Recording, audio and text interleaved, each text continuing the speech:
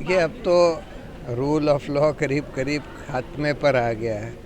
जब ये माहौल बन जाए कि सरकार और मुख्यमंत्री ओपनली बोलें कि भाई हमको जो लगेगा हम उसका घर बुलडोज़र से तोड़ देंगे, यानी कि सरकार जो है कह रही है कि कोई कानून का राज नहीं है इस देश में, हम जो चाहें कर देंगे। तो इसी तरह से वो कहते हैं कि जो हमारे लोग हैं, और इसीलिए बीजेपी को वॉशिंग मशीन कहा जाता है। जब ऑपोजिशन में होते हैं तो उनके खिलाफ ईडी और सीबीआई वगैरह को लगा दिया जाता है, जब वो भाजपा ज्वाइन कर लेते हैं तो तुरंत सारे केसेस ठंडे हो जाते हैं।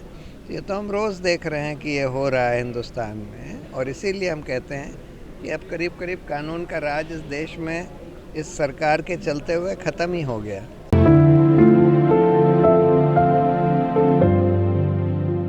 सैटरडे को एक स्पेशल बेंच बना दी गई, और वो भी अनफॉर्चुनेटली ऐसी बेंच बनाई गई जो लोग क्रिमिनल केसेस देख भी नहीं रहे थे, उनकी बेंच बना दी गई, और उन्होंने तुरंत रिहाई रोक दी।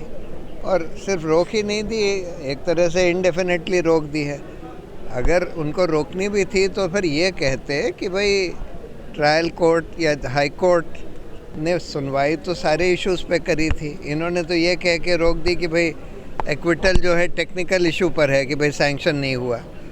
और भाई जब हाई कोर्ट में सुनवाई मेरिट्स पर भी हुई थी तो ये कह सकते थे कि हाई कोर्ट मेरिट्स पर भी अपना फैसला सुना दे, तो हाई कोर्ट सुना देता, लेकिन वो भी नहीं किया। तो विद द रिज़ल्ट कि अब इंडेफिनेटली रोक दी गई है। मेडिकल बेल वाला इशू पहले भी कोर्ट में जा चुका है, लेकिन अनफॉर्चुनेटली उनको मेडिकल बेल भी नहीं दी गई। फिर ये तय हुआ था कि भाई अब केस जो है मेरिट्स पर सुनवाई के लिए तैयार है, तो मेरिट्स पर सुनवाई हो जानी चाहिए।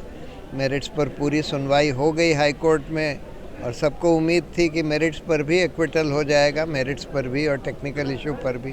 लेकिन हाई कोर्ट ने सिर्फ टेक्निकल इशू पर एक्विटल करके मेरिट्स की बात छोड़ दी। मेरा तो ये मानना है कि ये बिल्कुल बोगस केस बनाया गया है, सिर्फ इस आधार पर कि भाई आप अगर माओइस्ट से आपका कोई भी किसी भी तरह का कोई भी कनेक्शन निकलता है तो उस आधार पर आप यूएपीए का केस बना देंगे। अरे भाई, माओइस्ट के बारे में पता करना या उनसे संपर्क भी करना, कोई अरुंधति रॉय तो गई थी वहाँ देखने के लिए कि भाई वो लोग किस हालात में रहते हैं, क्या करते हैं, और पूरा उन्होंने उसका ब्यौरा छापा था, वॉकिंग विद द कॉमरेड्स, जो कि सारा मेन स्ट्रीम मीडिया में छपा था। तो इसलिए सिर्फ माओइस्ट से अगर किसी का कोई छोटा मोटा संपर्क है, उसका ये मतलब नहीं है कि वो कोई अनलॉफुल एक्टिविटी में इन्वॉल्व है।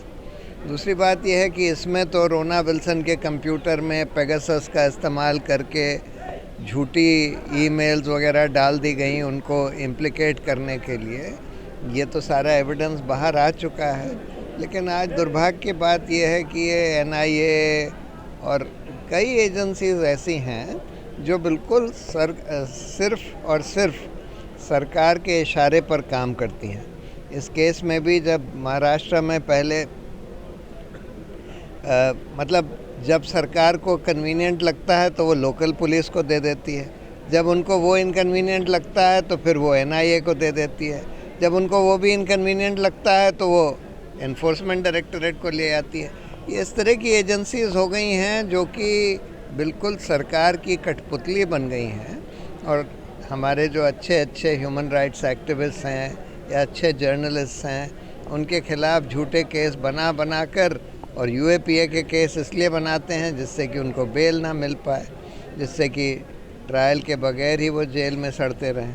नहीं, शायद इस तरह के केसेस के लिए तो नहीं कह रही हैं। वो ये कह रही हैं कि बहुत सारे आदिवासी जो हैं जेलों में सड़ रहे हैं, जिनको कि बेल नहीं मिल पा रही क्योंकि उनके पास वकील नहीं है, ज़मानती नहीं है, वगैरह वगैरह। उन लोगों को तो छोड़ना चाहिए, उतने साल से वो जेल में पड़े हुए हैं छोटे मोटे ऑफेंसेस के लिए। लेकिन इन लोगों को तो टारगेट करके इनके खिलाफ यूएपीए वगैरह के केसेस बनाए गए हैं। इन लोगों के बारे में शायद वो नहीं कह रही, क्योंकि वो कोई स्वतंत्र जजों की नियुक्ति चाहते ही नहीं।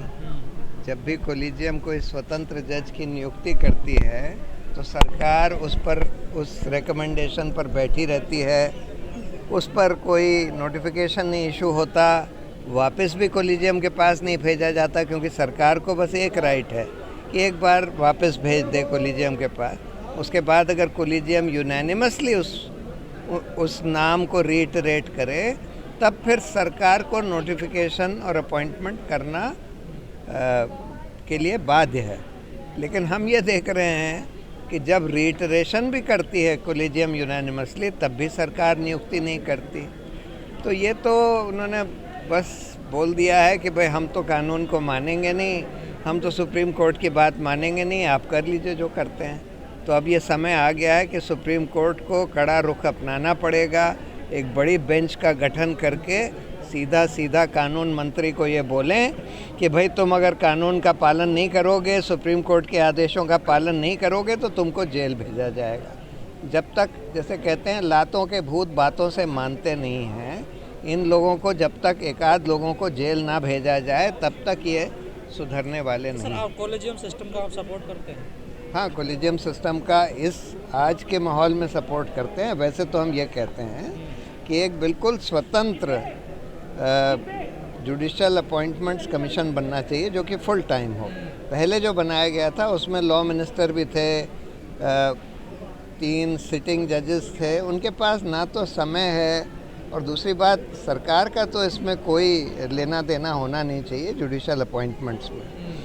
तो लॉ मिनिस्टर को नहीं होना चाहिए, उसका सेक्रेटेरिएट लॉ मिनिस्ट्री में नहीं होना चाहिए और सारे मेंबर्स को फुल टाइम होना चाहिए, जिससे कि वो सरकार से बिल्कुल स्वतंत्र हों और समय लगाकर चयन कर सकें ना ठीक तरह से। एक सवाल और बन जाता है इस सिस्टम को लेकर, इसकी निगरानी कौन करेगा? फिर तो वही जज वाली बात आएगी। नहीं, ठीक है, उसकी निगरानी के लिए भी देखिए हम लोग सिस्टम्स बना सकते हैं जिससे कि उसमें मनमानी का चांस कम हो जाए, लेकिन एकदम 100% वाटर टाइट तो किसी भी सिस्टम को नहीं बनाया जा सकता, क्योंकि जो निगरानी करने वाले हैं वो भी गड़बड़ी कर सकते हैं।